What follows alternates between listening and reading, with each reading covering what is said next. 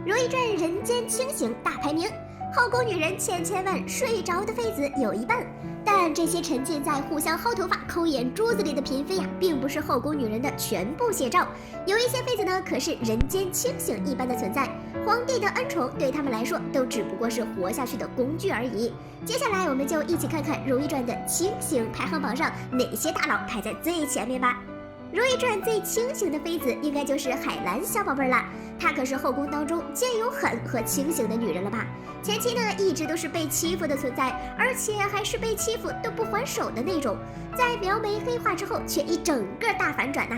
不管什么事儿都能看得清，该动手的时候呢，绝对不会留情面。替如懿处置凌云彻，就是她清醒程度的最好证明。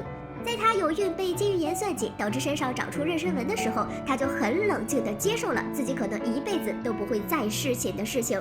后来呢，事情真的发生了之后，他还能和如懿一起挑首饰。这个女人真是该死的冷静啊！她这大概就是心中无男人，拔刀自然神吧。不过呢，也是对于其他妃子来说，家族恩宠无一不是负累，能够做到这个程度的，也就只有海兰了吧。清醒程度几乎和海兰差不多的人，就是对人专业户颖妃。这位草原上的小公主看起来单纯可爱，一开始呀还真担心她会早早下线，到后来呢，却发现这哪里是草原小公主，怕不是一朵霸王花吧？在后宫里啊是怼天怼地怼皇上，在流产之后呢，开始彻底的清醒起来，什么恩宠赏赐都不放在眼里。虽然不宫斗，但是呀对后宫的局势是一清二楚。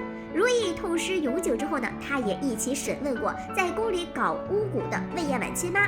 当时呀，颖妃简洁明了的几句话，就让魏妈露出了狐狸尾巴。这布偶一共有4，分别被埋在魏府的东南西北4个角。这种东西都是贴身藏的。最后海兰要扳倒魏延婉的时候，她直接找到了景色，动动嘴就解散了婉景组合。一心只想往皇后位子上爬的人，会怎样教育儿女呢？公主若是不信，她可以自己派人去看看。可见呀，只有清醒的人才能变得强大呀。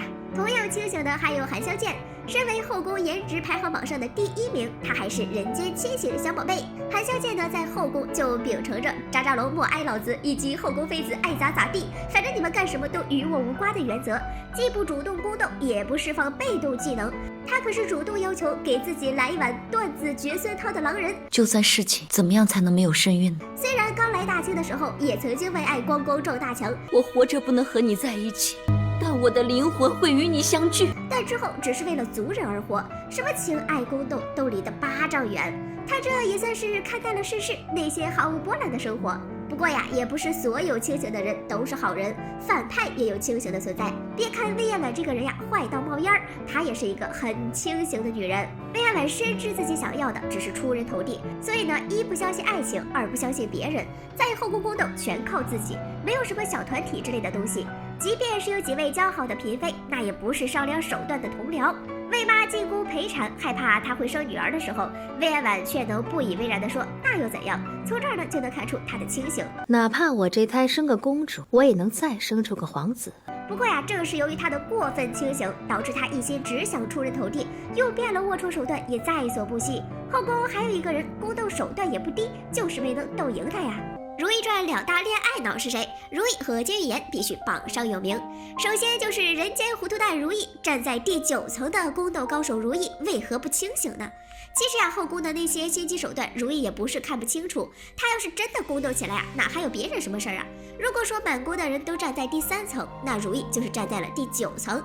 就好比王钦和高希月诬陷她散布小琵琶精生怪胎的谣言时，她也不是不知道怎么做。太后身边的福家都夸她顶呱呱。不过这次倒是娴妃赢得很漂亮。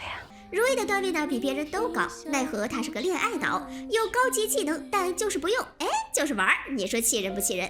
如懿传中呢也带着一点恋爱脑的人，恐怕就是深爱着羊肉串王爷的金玉妍了吧？身为剧中的一大反派，她其实是一个因为爱情而搞事业的女人。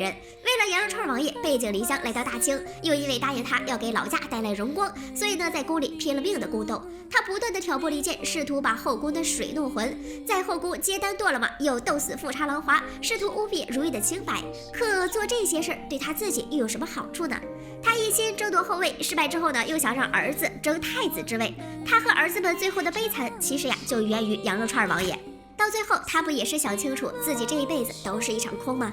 真没意思。早知道是这样的结果，又何必与他们在宫里争来斗去的？到头来不过是一场空罢了。虽然他是个强大的反派，但这个清醒度是真的不怎么高呀。自己在后宫里斗了一辈子，到头来呢，自己什么都没有。比金玉妍再惨一些的，就是咱们奶兄反派高希月了吧？他在后宫斗来斗去，才是真正的一场空。富察郎华筝是为了让扎扎龙全心全意的爱他，同时呢，还给自己的家族荣耀和地位。金玉妍争是为了后位，魏延婉争是为了让自己出人头地。只有高希月和他们不一样，他要的是扎扎龙和孩子。但这本来争不争都无所谓，因为他本来就挺招扎扎龙喜欢的。从某种程度上来说呢，高希月和如意是一类人，只不过呀，他没有那么多的心眼儿，所以才会看不透金玉妍，最后被人当成棋子，在宫里斗了一辈子，到快死的时候才明白呀，原来自己斗来斗去只是一场空呀。结局比高希月还要再空的人，绝对是被主求荣的阿若。他在招恨方面也算是数一数二的了。被主呢，就是为了当扎扎龙的嫔妃，而且之前脑子里天天循环播放“皇上爱我”这句话，他但凡有一丝丝的清醒，都不能干出这事儿来，这就是典型的迷失自我呀。但这还不是扎扎龙最不清醒的妃子。你知道《如懿传》里最不清醒的人是谁吗？万万没想到反派皇后兰华会出现在这里吧？她这个反派皇后为啥会是不清醒的呢？因为她想要得到的是扎扎龙的爱以及富察家族的兴旺。简单来说呢，就是这个也要，那个也要，只要是好东西她都要。她这一辈子呀，都在努力的得到扎扎龙全部的爱。但这有可能吗？人家前有青梅竹马，后有无数美人，想得到堂堂皇帝全部的爱，兰华呀，这是纯纯的痴心妄想。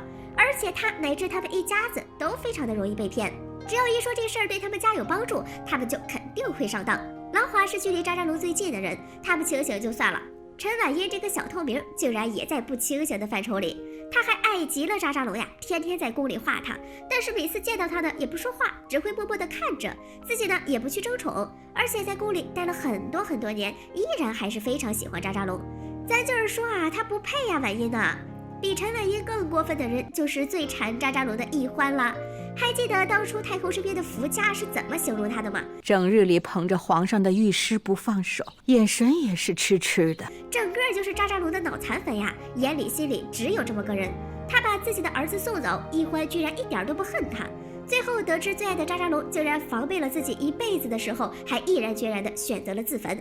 哎，像他们几个呀，都是爱扎龙爱到无法自拔。咱们苏丽云可不是这样啊，她是爱孩子爱到不行，而且这个人不太聪明，金玉妍随便一忽悠就去抢后位。前半生本来过得平平淡淡，就因为这争后位的事情，导致他的后半辈子非常的坎坷。但是他最后到死都没能真正明白过来。当然了，这些不够清醒的人多半都是这样。还有一些墙头草嫔妃或者是无法举例的人，咱们呀就不一一叙述了。虽然只有这几位在，但这也足以看出点门道来。但凡是没有爱过的人，那可都是人间清醒。只要是坠入了爱河，那从今往后可就难说了。所以啊，后宫的王者往往是我的感情的女人呐。好了，本期视频就到这里啦，宝宝们别忘了点赞评论哦，啾咪。